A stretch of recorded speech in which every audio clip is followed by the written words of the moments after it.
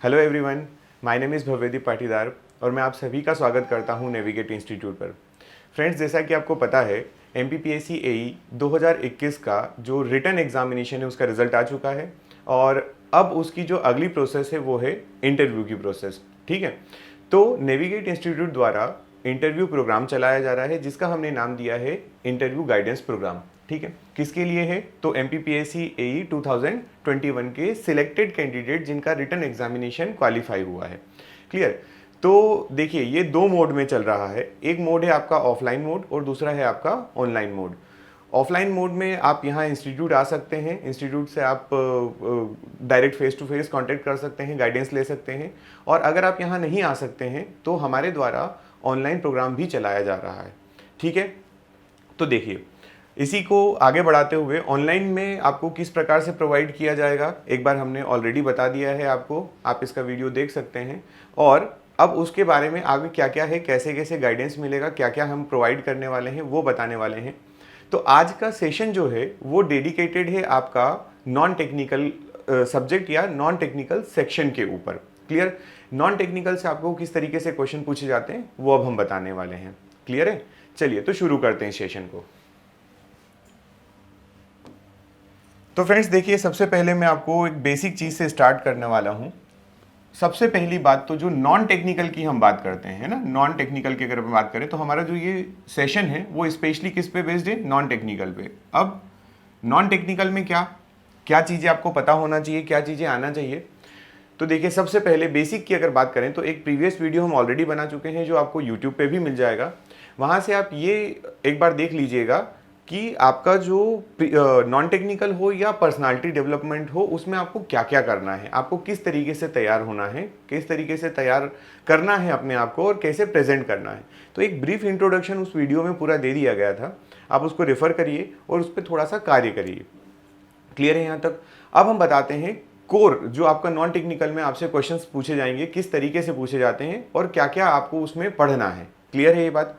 ठीक है, तो देखिए सबसे पहले स्टार्ट करें अगर हम, तो ये क्या होता है, मैं आपको एक बेसिक इंट्रोडक्शन देता हूं कि जो आपका पैनल होने वाला है उस पैनल में, फाइनल पैनल की बात कर रहे हैं हम लोग, मिनिमम 3 मेंबर्स तो होते ही होते हैं उसमें, और कभी कभार 5 मेंबर्स भी हो जाते हैं डिपेंडिंग अपॉन कि उनके पास कितना टाइम अवेलेबल है अभी। क्लियर है? वैसे जनरली देखा जाएगा तो इस बार वैकेंसीज के अकॉर्डिंग उन्होंने जो सिलेक्शन दिए हैं वो काफ़ी ज़्यादा हैं, तो पैनल में आपको मोस्ट प्रोबेबली 3 मेंबर्स मिलने वाले हैं। ठीक है, अब ये 3 मेंबर में आप देखेंगे तो रेशो क्या होने वाला है? रेशो होगा 2:1 का। 2:1 मतलब 2 मेंबर्स जो होंगे वो होंगे टेक्निकल फील्ड के। किसके? टेक्निकल फील्ड के। और एक जो मेंबर होगा वो होगा नॉन टेक्निकल फील्ड से। ठीक है, अब ये नॉन टेक्निकल फील्ड का मतलब क्या होता है? तो नॉन टेक्निकल फील्ड में यहाँ पे 2 चीज़ें मेनली चेक की जाती है। एक तो आपका सब्जेक्टिव नॉलेज चेक किया जाता है। क्या चेक करेंगे वो लोग? Subjective knowledge. सब्जेक्टिव नॉलेज का मतलब कैसे? कि आपने जो पेपर दिया है, या आप एमपी से बिलोंग करते हैं तो आपका एमपी का, या आप इसको ऐसा बोलिए कि ये आपका आईसीटी वाला जो सेक्शन था उसको, या फिर जो आपने करंट अफेयर की प्रिपरेशन की थी उससे रिलेटेड भी पूछा जा सकता है। और दूसरा जो होगा वो होगा आपका वो पर्सनल इंटरव्यू। क्या होगा? Personal interview. अब ये पर्सनल इंटरव्यू में क्या होता है? तो पर्सनल इंटरव्यू जो होता है उसमें आपने जो एप्लीकेशन फॉर्म फिल किया है, जो आपकी डिटेल्ड एप्लीकेशन फॉर्म है जिसको आप डेफ बोलते हैं, उसमें जितने आपने डिटेल दी है उस डिटेल को बहुत अच्छे से एक्सप्लेन करते आना चाहिए आपको। क्लियर है? मतलब आपका इंट्रोडक्शन से लगाकर आपने जो यहाँ पे फिल किया है, आपने फर्स्ट नंबर पे सबसे पहले अपना नाम वगैरह जो दिया है, तो मैं उसको बेसिकली बोल देता हूँ कि इंट्रोडक्शन है, क्योंकि उसी में फिर आपका क्या है? एजुकेशन क्वालिफिकेशन आपने दी हुई है। और वहाँ से लगाकर आपको कहाँ तक बताना है? तो इंट्रोडक्शन से लगाकर आपकी लास्ट में जो हॉबी है ना, वहाँ तक आपको सारी चीज़ें प्रिपेयर्ड होना चाहिए, आपको बताते आना चाहिए। तो ये दोनों नॉन टेक्निकल के अंदर आते हैं। क्लियर है? चलिए, अब तीसरी बात और एक चीज़ बता देते हैं कि क्या होता है कि जब आप पैनल में वो 3 मेंबर जो बैठे हुए हैं और वहाँ पे बोल दिया जाता है कि अगर 3 मेंबर हैं तो 2 और 1 का रेशो जो चल रहा है, जैसा कि अभी आपको बताया, तो ज़रूरी नहीं है कि ये जो टेक्निकल वाले मेंबर्स हैं वो केवल और केवल टेक्निकल पे फोकस करेंगे। अगर इनका मन किया तो ये आपसे पूछ लेंगे, आपके डिस्ट्रिक्ट के बारे में पूछ लेंगे, है ना, या फिर आपसे आपके स्टेट के बारे में भी ये पूछ सकते हैं। अब जब पूछते हैं तो क्या करते हैं ये आपके टेक्निकल वाले सब्जेक्ट को नॉन टेक्निकल से रिलेट करके बताते हैं, पूछते हैं आपसे। कैसे? जैसे कि आपके डिस्ट्रिक्ट में कोई अच्छा सा स्ट्रक्चर बन रहा है, जैसे खंडवा वाले जो स्टूडेंट्स हैं उनके लिए क्या होगा, अभी खंडवा वाले स्टूडेंट्स के लिए ओमकारेश्वर में जो आपके स्टेचू बन रहा है शंकराचार्य जी का, उसके बारे में पूछ लेंगे, वननेस के बारे में। गुजरात में जो स्टेचू बना हुआ है उसके बारे में पूछ लेंगे, उनको अच्छा लग रहा है। तब जब तक आप आंसर करते रहेंगे वो थोड़े थोड़े थोड़े से क्वेश्चन पूछते रहेंगे आपसे, और आपका इंटरव्यू थोड़ा सा लंबा हो सकता है। पर इसका कोई नुकसान भी नहीं है। कोई अगर 30 मिनट्स में बाहर आ रहा है, किसी का 30 मिनट इंटरव्यू चला, तो उसमें भी कोई नुकसान नहीं है। तो बात ये नहीं है, बात ये है कि आपसे अगर कोई क्वेश्चन पूछा गया है तो आप थोड़ा सा अपना व्यू रख सकें। और जब आप इस तरीके से प्रिपेयर करेंगे कि उसके अलग अलग पॉइंट्स पे प्रिपेयर करके रखो, है ना। तो ये जैसे पॉलिटिकल रिलेशन बताया, तो एक्चुअल में यहाँ पे आपको क्या बताना है, थोड़ी सी हिस्ट्री बताना है ना। फिर उसके बाद थोड़ा सा ये जो पुतिन के साथ रिलेशन है वो भी बता दो, तो पॉलिटिकल चीज़ हो जाती है। क्योंकि जो पुतिन है, रशिया के जो चीफ हैं या लीडर जिनको बोलना चाहिए, वो उनके और हमारे प्राइम मिनिस्टर के बीच में कोऑर्डिनेशन बहुत अच्छा देखा गया। जब भी वो मिलते हैं तो काफ़ी अच्छे से एक दूसरे को ग्रीट करते हैं। तो थोड़ा सा ये व्यू जो आपका है वो पूछना चाहेगा सामने वाला, और वही आपका ओपिनियन कहलाता है। क्लियर है ये बात। तो ये होती है आपकी जनरल अवेयरनेस की। अभी मैं आपको कुछ देर में इसके कुछ पॉइंट्स बताने वाला हूँ, या अभी बता देता हूँ। इन पॉइंट्स पर आपको ये तैयारी करना है पूरी अपनी तरफ से। क्या, जिस तरीके से ये लिखा हुआ है, अभी मैं बोलता हूँ क्या क्या पढ़ना है, तो ये आप पूरा अवेयरनेस का जो पॉइंट है उसको तैयार करेंगे।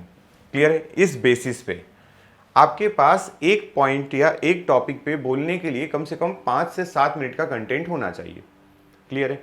क्योंकि ये जो सेक्शन अभी मैं आपको बता रहा हूँ ये नॉन टेक्निकल है। 30 मिनट्स का अगर इंटरव्यू होता है तो आप ऑन एन एवरेज अगर माने तो टेक्निकल और नॉन टेक्निकल के बीच में जो रेशो डिवाइड होगा, वो अगर बराबर रेशो अगर आप देखना चाहें तो 30 मिनट्स में से 10 मिनट अपने पास आ रहे हैं। क्लियर। अब 10 मिनट्स जो हैं अप्रॉक्स, क्योंकि आपके पास 3 मेंबर है ना, तो 10 मिनट्स अगर वो नॉन टेक को पूछ लेते हैं आपसे। क्लियर। तो 10 मिनट्स में आप क्या करेंगे, पहली बात तो वो 2 बातें पूछेंगे। एक तो आप जब जाएंगे तो वो इंट्रोडक्शन के पीछे पड़े रहते हैं।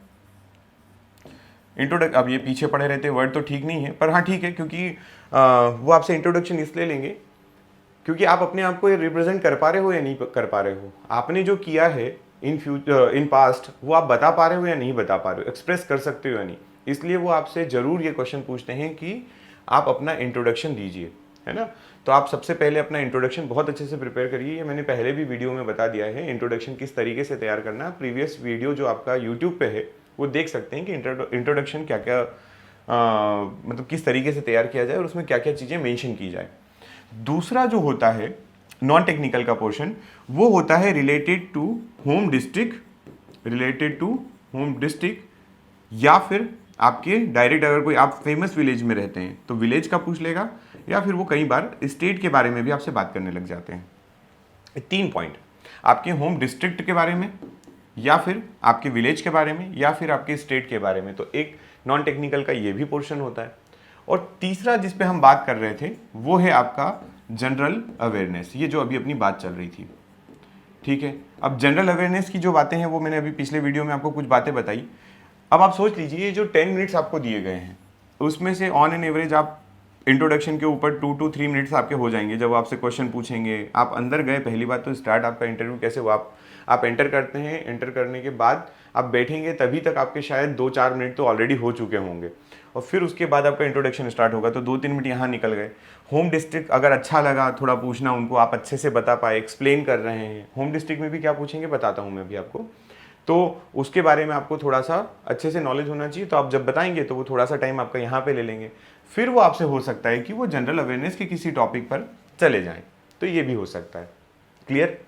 अच्छा, इस इंटरव्यू का एक पॉइंट मैं आपको और बता देता हूं कि आपका इंटरव्यू जो स्टार्ट होता है आपका हमेशा वो 2 चीज़ों पे हो सकता है। कितनी चीज़ों पर? 2 चीज़ों पर।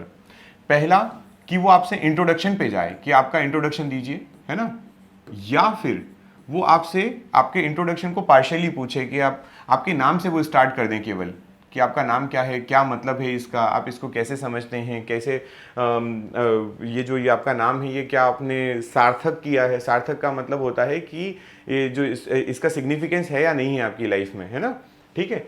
और तीसरा जो होता है कई बार वो होता है स्टार्ट जो करंट इशू से होता है। करंट इशू का मतलब करंट इशू का मतलब होता है, एक मैं आपको स्ट्रिक्टली एक बात बोलना चाहूँगा कि आप जिस दिन इंटरव्यू देने जा रहे हैं उसके 2-3 दिन पहले का न्यूज़पेपर जो है, और उस दिन का तो स्पेशली बिल्कुल न्यूज़पेपर आपको बिल्कुल पढ़ के जाना है। मोस्ट ऑफ द केसेस में अगर इंटरव्यू इंट्रोडक्शन से स्टार्ट नहीं हुआ तो इंटरव्यू स्टार्ट होता है न्यूज़पेपर से और आज की ताज़ा खबर के साथ। अब समझिए, जब यहाँ से स्टार्ट होगा तो हो सकता है कि इंटरव्यू यहाँ जल्दी शिफ्ट हो जाए। मतलब न्यूज़पेपर से स्टार्ट होगा तो वो जनरल अवेयरनेस के किसी टॉपिक पर आ जाएगा, और अगर इधर से होता है तो सीक्वेंस कुछ यही हो सकती है, क्योंकि जब आप इंट्रोडक्शन बताते हैं तो नाम का मीनिंग पता होना चाहिए, नाम का मीनिंग पता होना चाहिए कि आपके नाम का क्या मतलब है, ठीक है। दूसरा, यहाँ पे जब आप अपने फादर के बारे में बताते हैं तो फादर का ऑक्यूपेशन जो है उसके बारे में आपको पता होना चाहिए। जब ऑक्यूपेशन के बारे में पूछा जाएगा या आप बताएंगे या फिर वो आपसे पूछे कि आपके फादर क्या करते हैं, तो आप बताएंगे उनको कि मेरे फादर ये करते हैं वगैरह, तो आपको उस ऑक्यूपेशन का नॉलेज होना चाहिए। मतलब अगर आपके फादर टीचर हैं तो टीचर किस स्कूल के, क्या कौन सी पोस्ट पर है ना, कुछ वैसी वाली बातें। अगर आपके फादर फार्मर है तो खेती बाड़ी से रिलेटेड कुछ चीज़ें। अगर आप सिविल वाले हैं तो खेती बाड़ी में बात आ जाएगी, आपकी जो सॉइल वगैरह है उससे क्वेश्चन पूछेगा, फसलें पूछ सकता है। अगर आप मैकेनिकल या इलेक्ट्रिकल के स्टूडेंट हैं तो आपसे जो मशीन वगैरह है, वो इरिगेशन के टाइप्स वगैरह हैं, कुछ उस तरीके से क्वेश्चन वो पूछ सकता है। जो आपकी मशीन से मतलब मोटर वगैरह जो होती है जिसको सिंचाई के लिए यूज़ करते हैं, स्प्रिंकलिंग इरिगेशन जो होती है, फव्वारा सिंचाई, ड्रिप इरिगेशन, इस तरीके से जो टेक्निकल टर्म्स है वो पूछ सकता है रिलेट करके, क्योंकि आप टेक्निकल स्टूडेंट्स हो, है ना। आपने काफ़ी टाइम तक टेक्निकल से मतलब जो आपने इंजीनियरिंग की उसमें आपने डेवलप क्या किया, यही चीज़ें तो डेवलप की हैं जो वो लिख देते हैं सिंगिंग। तो ये अगर आप लिख रहे हैं तो मना कोई नहीं करेगा, क्योंकि ये तो आपका इंटरेस्ट है ना, तो ठीक है आप लिखो, लेकिन इसके बारे में आपको पता भी होना चाहिए साथ में। क्लियर, बहुत अच्छे से पता होना चाहिए। क्रिकेट की टर्म्स आपको पता होना चाहिए, नॉलेज होना चाहिए, इसका फैक्ट अभी जो करंट में चल रहा है वो पता होना चाहिए। कुकिंग करते हो तो कुकिंग के बेसिक्स पता होना चाहिए आपको, 2-4 रेसिपी के बारे में पता होना चाहिए। आप जो बोल रहे हो मैं ये सबसे अच्छा बनाता हूँ, तो अच्छा बनाता हूँ तो बना के बताओ, ठीक है। फिर आपने जो गार्डनिंग लिखा है, तो अगर आप गार्डनिंग करते हैं तो गार्डनिंग में बहुत सारी चीज़ें आती हैं, प्लांट्स के बारे में पता होना चाहिए, सॉइल के बारे में पता होना चाहिए, इरिगेशन कितने टाइम में वाटर उनको पोर करना पड़ता है वो आपको पता होना चाहिए। सिंगिंग, तो सिंगिंग की आपको हिस्ट्री से पता होना चाहिए कि इसका हिस्टोरिकल बैकग्राउंड क्या है। ये जो आपका जो संगीत है उसमें भारत में जो क्लासिकल म्यूजिक है जिसको आप शास्त्रीय संगीत बोलते हो, वो कौन कौन से हैं, राग कौन से होते हैं, कैसे आलाप लिया जाता है, अंतरा, मुखड़ा, है ना। म्यूज़िक किसको कहते हैं, म्यूज़िक सिंगिंग में डिफरेंस क्या है। अगर आप सिंगिंग करते हैं तो कुछ गाने प्रिपेयर करके रखिए, कौन सा गाना गाते हैं आप, पुराने वाले गाने गाते हैं या नए वाले गाने गाते हैं, क्या पसंद करते हैं, कौन सा आपका फेवरेट सिंगर है, उनके कुछ गाने बताइए, किस मूवी में ये गाना आया था वो बताइए। साउथ ईस्ट वाला मध्य प्रदेश देखेंगे, दक्षिण पूर्व वाला जो मध्य प्रदेश है उसमें आपका कौन है, छत्तीसगढ़ है, तो उससे लगे हुए जो जिले हैं आपसे पूछ लिया जाएगा कि आपका जिला जो है उससे अलग होकर कौन सा जिला जो है वो छत्तीसगढ़ में गया है, कितने जिले बने हैं छत्तीसगढ़ के उस समय, इस तरीके से कुछ question.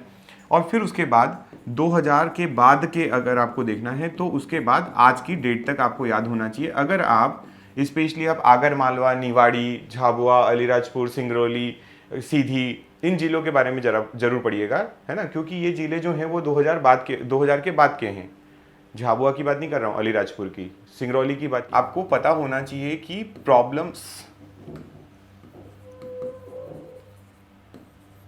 Problems of your district, और फिर साथ ही साथ उसका आपको क्या पता होना चाहिए, सॉल्यूशन। ये काम आपको घर से ही प्रिपेयर करना है। आप जहां रहते हैं उसके पास में क्या प्रॉब्लम है, आपके डिस्ट्रिक्ट में ऐसा कौन सा इश्यू दिखता है और उसका क्या सॉल्यूशन है, गवर्नमेंट को आप क्या सजेस्ट कर सकते हैं। और तीसरा कि अगर आपको वहां पे हमने भेज दिया, आपको बनना नहीं है, झूठ नहीं बोलना है। अगर आप झूठ बोलने जाएंगे अगला क्वेश्चन पूछेंगे तो आप फंस जाएंगे। इसलिए कोशिश करना कि जितनी भी बातें आप बताओ वो सच बताओ। क्लियर, बाकी तो आप इसको गो थ्रू कर लीजिएगा अच्छे से, है ना। ये पॉइंट्स हैं आपके सामने, इनको तैयार करिए और अपने मॉक के लिए प्रिपेयर करिए, क्योंकि इसी तरीके से आपको प्रिपरेशन करना है। यही चीज़ें आपसे आपके मॉक में पूछी जाएंगी, आपके इंटरव्यू में भी यही वाली बातें पूछी जाने वाली हैं। और जब आप ये तैयार कर लेंगे बहुत अच्छे से तो आपको खुद को अपना कॉन्फिडेंस आ जाएगा, क्योंकि 99% केसेस में उस पैनल में से जो नॉन टेक्निकल वाला मेंबर होता है, जनरली आपका जो इंटरव्यू है वो वहीं से स्टार्ट होता है। तो अगर आपने एंटर करने के बाद आपसे अगर वहीं से, जो 99% केस में तो वही स्टार्ट करते हैं इंटरव्यू, तो वो इंट्रोडक्शन पूछेंगे, आपके बारे में पूछेंगे, आपके डिस्ट्रिक्ट के बारे में पूछेंगे, और अगर आपने वो ठीक बताया, आपने अच्छा बताया, तो ये आप मान लीजिए कि आपकी शुरुआत हो गई है, आपका इंप्रेशन अच्छा गया है, तो आपका पूरा इंटरव्यू स्मूथ हो जाएगा। और वो लोग बहुत लाइटली और पोलाइटनेस से क्वेश्चन पूछते हैं, डांटते वाटते नहीं है, ऐसा डराएंगे भी नहीं आपको ज़्यादा, और डराते हैं तो टेम्परामेंट चेक करते हैं। जब आप क्या होता है, सब आपका अच्छा जा रहा है, इंटरव्यू आपने अच्छा दिया, आपने क्वेश्चंस के आंसर कर दिए अच्छे से, वो आपसे खुश हैं आप, अब वो आपसे लास्ट में हो सकता है कि थोड़ा सा आपको क्या करेंगे, कोई ट्रिकी क्वेश्चन में फंसा देंगे, आपको कोई ऐसी कंडीशन रख देंगे आपके सामने जिसमें आप फंस जाओ, आप वो सोचने पे मजबूर करेंगे कि ऑन स्पॉट अगर आपके सामने ऐसी हो कंडीशन तो आप क्या करोगे। तो ऐसे क्वेश्चन के लिए आप प्रिपेयर रहिए, और वो करेंगे, कोशिश बिल्कुल करेंगे कि आपको थोड़ा सा ड्रैग करें, आपको थोड़ा सा मेंटली डिस्टर्ब करने की कोशिश करेंगे। वो सोचेंगे कि ये कोई तेज में आकर, आवेश में आकर कोई गलत आंसर करे या गलत तरीके से रिस्पॉन्ड करे, तो वो नहीं करना है अपन को। आधे एक घंटे की बात है, जब आप उनके सामने बैठें तो बिल्कुल पोलाइटनेस के साथ बैठें, जो वो क्वेश्चन बोल रहे हैं कोई भी सिचुएशन दे दें, सोचें, गंभीरता से सोचें, और फिर उसका प्रॉपर एक तरीके से आंसर करें। और अगर आप नहीं जानते तो आप मना कर सकते हैं, कोई बड़ी बात नहीं है इसमें। जैसे अगर अभी आपने देखा हो तो एक कुछ समय पहले की न्यूज़ थी, जिसमें दिल्ली के यमुना को जो क्लीन करने वाले, वो छठ पूजा वाला जो एक केस हुआ था, जिसमें एक ऑफिसर थे जो शायद डायरेक्टर हैं वो जो यमुना क्लीनिंग के, उनको एक हमारे यहाँ के एमपी ने, मतलब दिल्ली के ही एमपी ने उनको बहुत ज़्यादा खरी खोटी सुना दी थी पब्लिक के सामने।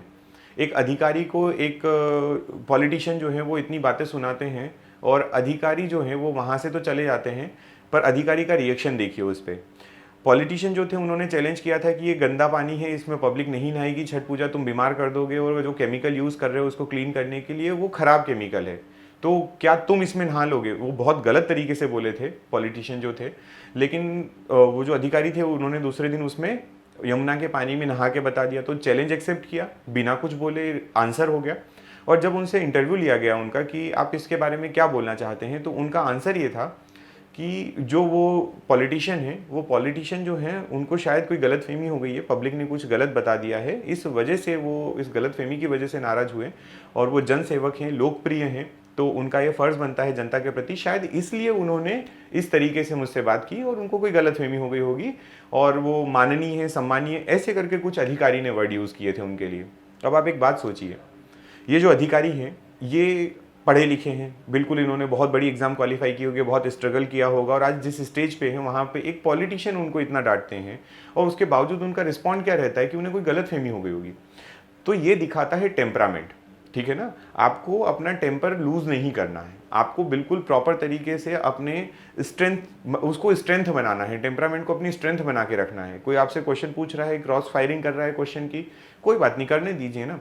वो भी सामने वाले भी केवल आपको जज करने के लिए बैठे हैं, अभी वहाँ पे बहुत ज़्यादा मैटर नहीं करता है कोई भी चीज़। तो अब केवल आप इस तरीके से तैयार रहिए कि वो आपसे क्वेश्चन पूछेंगे और आप उसका आंसर पता है तो कर देंगे, अदरवाइज पोलाइटनेस के साथ सॉरी सर बोल देंगे और ठीक है, हो गया। ठीक है, तो इन कुछ बातों का ध्यान रखो। और जिन लोगों को कुछ लोगों का ये प्रॉब्लम है कि वो हेजिटेट बहुत ज़्यादा करते हैं, उनको घबराहट होती है, वो एकदम नर्वस हो जाते हैं, तो उन लोगों के लिए सजेशन मैंने पिछले वीडियो में भी बताया, फिर से मैं आपको बता देता हूँ कि एटलीस्ट आप अपना इंटरव्यू जो है वो, पहली बात तो ये कि आप दोनों लैंग्वेज में तैयार करिए, हिंदी में भी तैयार करिए और इंग्लिश में भी तैयार करिए। अगर आपको क्वेश्चन पूछा गया है इंग्लिश में तो इंट्रोडक्शन आप इंग्लिश में दे सकते हैं, कोई बड़ी बात नहीं है। और अगर आपको हिंदी में बोला गया है तो कि आपके बारे में बताइए या आप अपने आप को इंट्रोड्यूस करिए, तो आप हिंदी में भी बोल सकते हैं। दूसरा, ये सब बातें हो जाए, फिर आपको क्या है, ये नर्वसनेस जो है आपकी वो दूर करने के लिए आप अपने मिरर के सामने खड़े रहिए और आप खुद बोल के देखिए, या फिर कैमरा रख दीजिए, आप बोलिए और उसको देखिए कि आप कहाँ पे लैग कर रहे हैं, कौन सी चीज़ में फंबल हो रहा है, कौन सी चीज़ में प्रॉब्लम ज़्यादा आ रही, वो ठीक करने की कोशिश करिए। अगर इस तरीके से करेंगे तो आपका जो है ये जो कॉन्फिडेंस वाली जो बात आएगी वो ठीक हो जाएगी, मतलब आप बिल्कुल अच्छे से रिप्रेजेंट कर पाएंगे अपने आप को। और ये चीज़ें धीरे धीरे ना मॉक बाय मॉक भी सीखते हैं आप, एक मॉक इंटरव्यू देंगे, फिर दूसरा देंगे, फिर तीसरा देंगे, तो ऑटोमेटिकली धीरे धीरे ना ये चीज़ें डेवलप होती है। बट मेरा कहना है कि इतनी बातें आपको जो बता दी गई हैं, अगर आप इस पर प्रिपेयर कर रहे हैं तो आप ये बात समझ लीजिए कि आप पहले मॉक को तो आप बहुत अच्छे से दे ही देंगे, है ना। मतलब होता है ना कि जैसे आप पहली बार आए मॉक देने, हमने आपसे क्वेश्चन पूछे और आपसे क्वेश्चन पूछे तो आपको 2-4 एरर बताई आपकी कि ये गलतियां हैं, फीडबैक में आपको कुछ बताया, आपका ये पॉजिटिव पॉइंट है, ये स्ट्रेंथ है, ये वीकनेस है, आप इस पर वर्क करिए। तो एक मॉक आपका इसलिए निकल जाएगा कि आपकी वीकनेस हम बता रहे हैं, उसको इम्प्रूव करने को बोल रहे हैं, और फिर आपको दूसरे मॉक में उसको कवर अप करके आना है। इससे बेटर ये है कि ये पॉइंट्स मैंने आपको बता दिए हैं, इस पे आप प्रिपरेशन करिए, प्रिपरेशन करो, अच्छे से पढ़ो और इसको तैयार कर लो, ताकि आपकी जो वो पहले वाले मॉक में जो फ्लॉज आने वाले थे वो ख़त्म हो जाएंगे। अब आपको डायरेक्टली कैसा लगेगा कि मुझे बेसिक पता है, हमको भी सामने से क्वेश्चन पूछने में थोड़ा अच्छा लगेगा कि आप उसका आंसर अभी कर रहे हो। फिर बहुत ज़्यादा डीप में अगर कोई आपको फीडबैक हमें देना रहेगा तो हम आपको वो प्रोवाइड करेंगे, और फिर सेकेंड मॉक में आप उसको प्रिपेयर करिए। तो जितने दिन आपके पास मॉक के बचे हुए हैं उन रिमेनिंग डेज में आप इसको अच्छे से देखिए, ये पीडीएफ भी आपको शेयर करवा देंगे, और आप इसको बहुत अच्छे से पढ़िए, इसके बेसिस पे अपना इंटरव्यू तैयार करिए। नॉन टेक्निकल सेक्शन में इससे ज़्यादा घुमा फिरा के नहीं पूछेगा, थोड़ा सा जनरल अवेयरनेस का पॉइंट रहता है, वो आप अपने हिसाब से देख सकते हैं। आप थोड़ा न्यूज़पेपर भी पढ़ते रहे होंगे, आप डेली की न्यूज़ भी देखते हैं, तो वो थोड़ा सा आप उसके हिसाब से तैयार कर लीजिएगा। ठीक है, तो मिलते हैं अगले सेक्शन में। आज इतना ही रखते हैं हम लोग। ये आपका नॉन टेक्निकल वाला पार्ट था, टेक्निकल वाला सेशन भी आपको प्रोवाइड करते हैं, और ज़रूरत पड़ेगी तो हम आपको नॉन टेक्निकल वाला सेशन फिर एक बार देंगे। बट वो क्या है, थोड़ा सा हम एक बार मॉक ले लें, हमको पता चल जाए कि आप कहाँ पे लैग कर रहे हैं ज़्यादा, कहाँ पे प्रॉब्लम्स आ रही हैं, तो सेकंड वाले मॉक सेशन जो रहेगा ना, उसमें आपकी जो कुछ कमियां रहेंगी उसको हम पॉइंट्स लेते हुए आगे बढ़ेंगे। इसलिए ये सेशन रखा है, थोड़ा सा लंबा जरूर है, टाइम ज़्यादा है लिया है इसमें, बट आपको ये तैयार करना है। अगर आपने इस बेसिस पे तैयार किया तो कमी आपकी कुछ नहीं रहने वाली है, आप रेडी हैं। और अगर फिर भी कोई कमी दिखेगी तो हम सेकंड वाले सेशन में उनको 1 बाय 1 करके आपको उसके सजेशंस, उसके फीडबैक लाइव वीडियो में या ऑफलाइन क्लास में प्रोवाइड कर देंगे। ठीक है, थैंक यू।